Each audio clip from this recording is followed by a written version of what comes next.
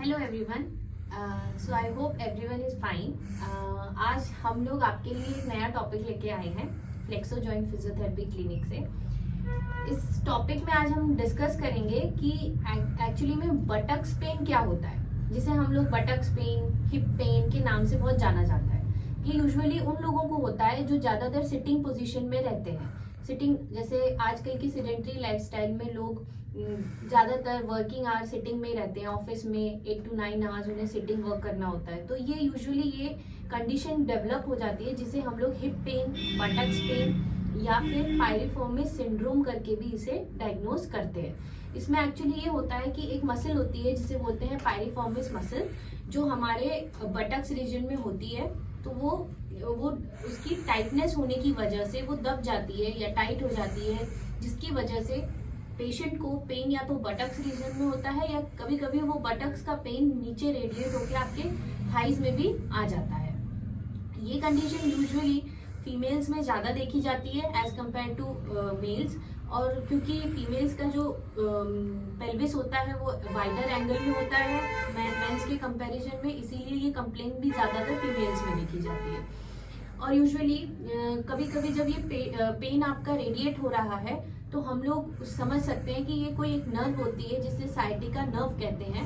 तो वो sciatica nerve को कंप्रेस करती है ये नर्व, तो जिसकी वजह से आपका पेन नीचे पैरों तक, थाइस के लैटरल साइड पे, मतलब बाहर की तरफ से घुटने तक आपका पेन रेडिएट होता है।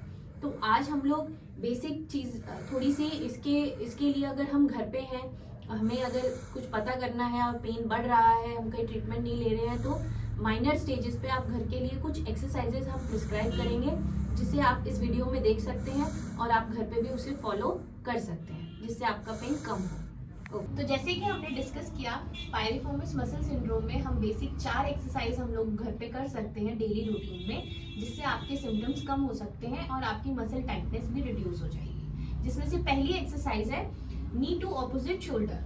सपोज इनके राइट हिप में या राइट बटक्स में पेन है, तो हम लोग राइट साइड की पायरिफॉर्मिस मसल स्ट्रेचिंग के लिए आपको बताएंगे। तो राइट साइड के पेशेंट को हम लोग बोलेंगे कि राइट पैर का घुटना बेंड करें, अपने हाथ दोनों घुटने पे रखिए और घुटने को धीरे धीरे लेफ्ट शोल्डर की तरफ लेके जाएंगे। इस पोजीशन को 30 सेकेंड्स होल्ड करने के लिए करेंगे, जिसमें पेशेंट को ब्रीदिंग रोकना नहीं है और कंटिन्यूअस ब्रीदिंग करना है। 30 सेकेंड्स होल्ड करने के बाद स्लोली पेशेंट रिलीज कर देगा। ऐसे 3 टाइम्स राइट साइड का उसको ये करना है। वैसे आप ये एक्सरसाइज दोनों पैरों के लिए कर सकते हैं, बट अभी हम लोग जो पैर अफेक्टेड है उसके लिए हम आपको बता रहे हैं। उसके बाद second exercise figure of 4 stretch, जिसमें हम पेशेंट को, अगर हमें राइट साइड का स्ट्रेच करना है तो हम लोग पेशेंट को बोलेंगे लेफ्ट नी बेंड करो। अभी राइट फुट आप लेफ्ट नी के ऊपर रखिए। हाँ, अब दोनों हाथ से अपना लेफ्ट थाई होल्ड कर लीजिए और थाई को अपनी बॉडी की तरफ लेके जाएंगे।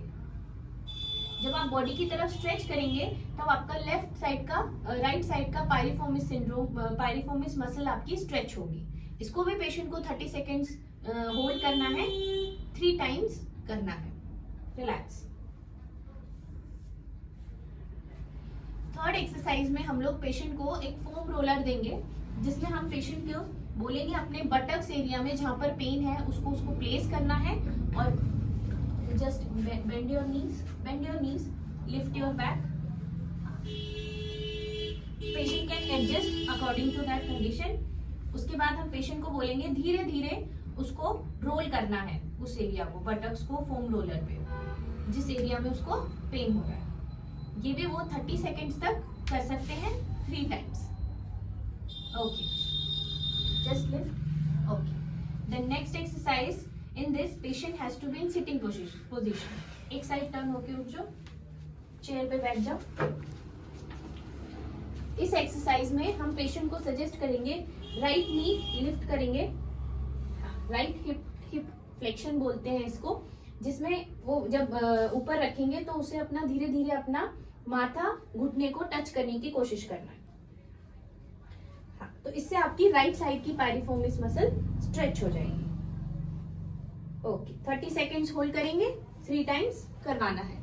तो ऐसे कि ये सिंपल 4 एक्सरसाइज हैं जो आप अपने डेली रूटीन में कर सकते हैं और आपके जो बटक पेन वगैरह अगर आपकी प्रोलॉन्ग सिटिंग वर्क है तो उससे आप रिलीफ पा सकते हैं।